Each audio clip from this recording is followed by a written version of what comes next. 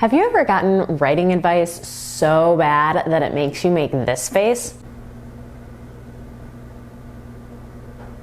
And it's usually people that have never written anything more than an email or that little note in the back of their friend's yearbook. Have a great summer. Stay cool. I did. Oh, I did. Hi, I'm Allison, author and creative warrior, and today I'm going to be sharing some terrible writing advice and how you can take it, flip it on its head, and use it to your advantage. If you think of some terrible writing advice that you've heard as we go along, make sure to throw it in the comments, and maybe I'll even get enough for a part 2.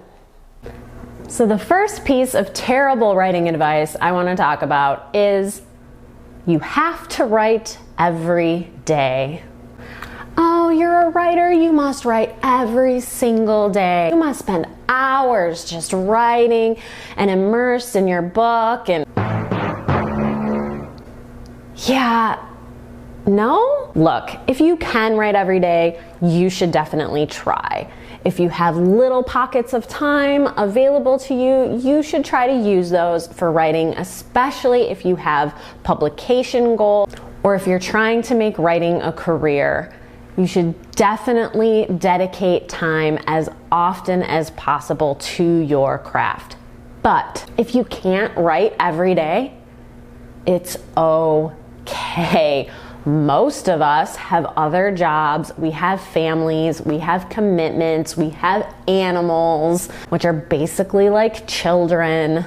Sorry, parents, I know they're not, but they take a lot of time and effort.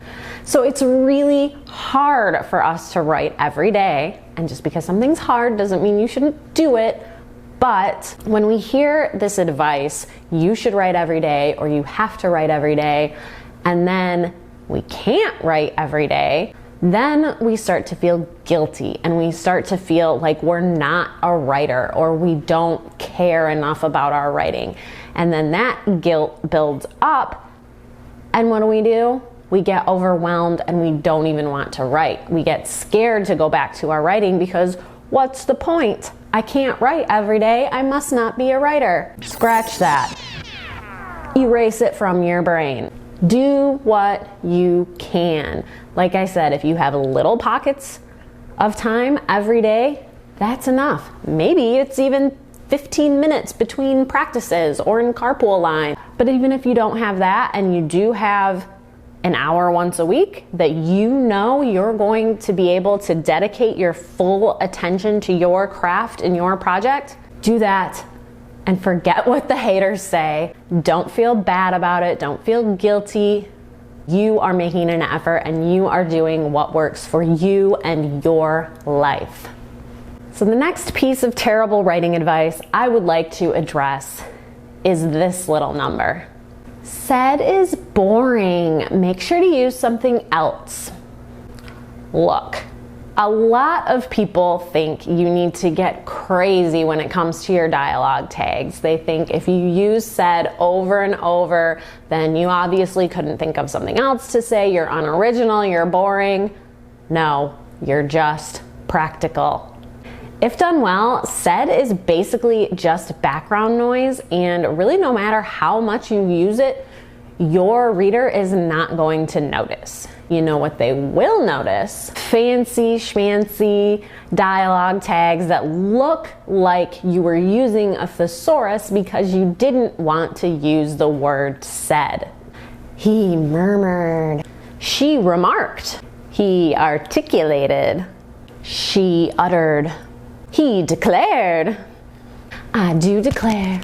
He divulged. That's gonna get a little out of control and eventually you're gonna run out of words. Let the action of the characters speak for them. Example, I don't think so. His tongue felt heavy and he noticed Sarah lean toward him to hear him better. Boom, We can gather from this information that this character might be mumbling or murmuring because there's something wrong with his tongue and the person he's talking to cannot hear him. And we didn't use any sort of tag. We didn't say murmured, we didn't say mumbled, we didn't even say who was speaking because we can gather that from the action that is happening. Of course, there are times when you're going to want to use words like whispered, and that's totally fine.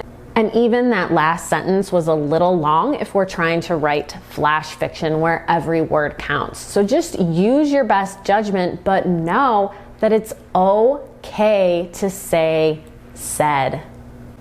Okay, the next piece of terrible writing advice is one I particularly do not like. Don't start your story with a insert some sort of device here. Dream, driving, in front of a mirror, stuff like that. You've probably heard this advice a lot, and I think it's BS. You can start your story however you want, just do it well. If you're going to start your story with a dream, make it different. Add your own twist. If you're starting with a dream, maybe they realize they can't wake up and they're trapped in the dream. If you're opening with a driving scene, maybe they realize they're not driving the car. It's driving on its own. These rules are generally put in place because these devices get used over and over and they eventually become boring and cliche. If you can use these without making them boring and cliche, do it.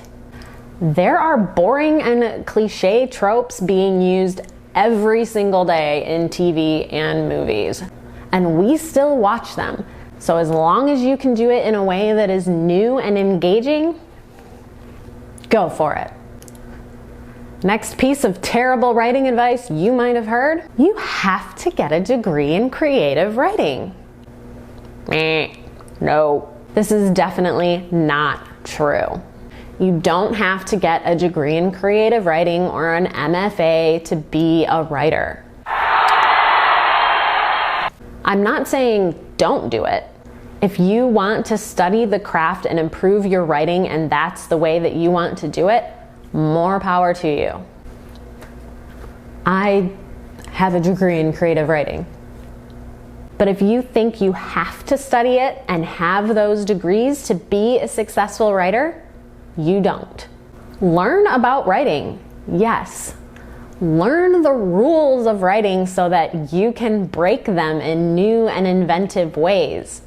Learn about the tools you can use and the different styles and genres of writing. But you know where you can do that without paying thousands of dollars? The internet.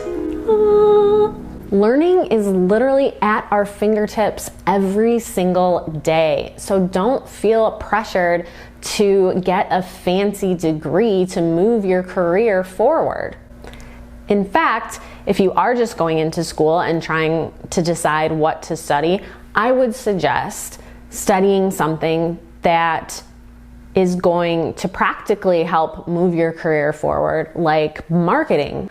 I think they even have a digital marketing degree now. I wouldn't know, it's been a while since I've been out of school. But do something that will help you build your brand or the business side of your writing, because that's the part that writers hate. So you might as well know how to do it and do it well. And it will probably help you get a job that can support your writing and your career until you can make it full time. You got this. And the last piece of terrible writing advice I have for you is write what you know. I hate this piece of advice the most. If I only wrote what I knew, I probably wouldn't write a whole lot. I'm not saying this to put myself down. I'm just saying there's a lot of knowledge out there that I have not had the chance to discover and a lot of experiences I have not had yet. And I think this advice can hold a lot of writers back. They'll have an idea, they'll get going, and then they'll let their progress grind to a halt because they start to get worried that they don't have enough experience or knowledge to write on the topic. But what did we just say in the last section? There is a world of knowledge available to us, available at your fingertips. Now, I do think there is some truth here. Your writing is going to be most powerful if it comes from a place of experience. Start there. Weave your experience into your writing, but don't feel limited to topics that you're an expert on. If you're going to write about medieval England, you sure as heck should know what kind of technologies existed and didn't, how people talked, and what the societal dynamics were like. But you know where you can learn that? The internet. So don't feel confined to write only what you know, but use your experience to enhance your writing, and what you don't know, research. So those are 5 pieces of terrible writing advice that I've heard a heck of a lot, and I'm sure you have too.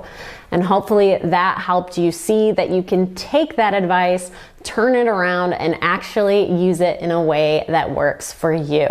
Take it all with a grain of salt. If you've heard some terrible writing advice that I did not include here, throw it in the comments, and maybe I'll even make a part 2. Thanks for listening, warriors. Now go fight for your creativity. And if you need some help with your writing, maybe you're stuck in writer's block and you don't know how to get out, check out this video and see if these tips can help you bust out of writer's block.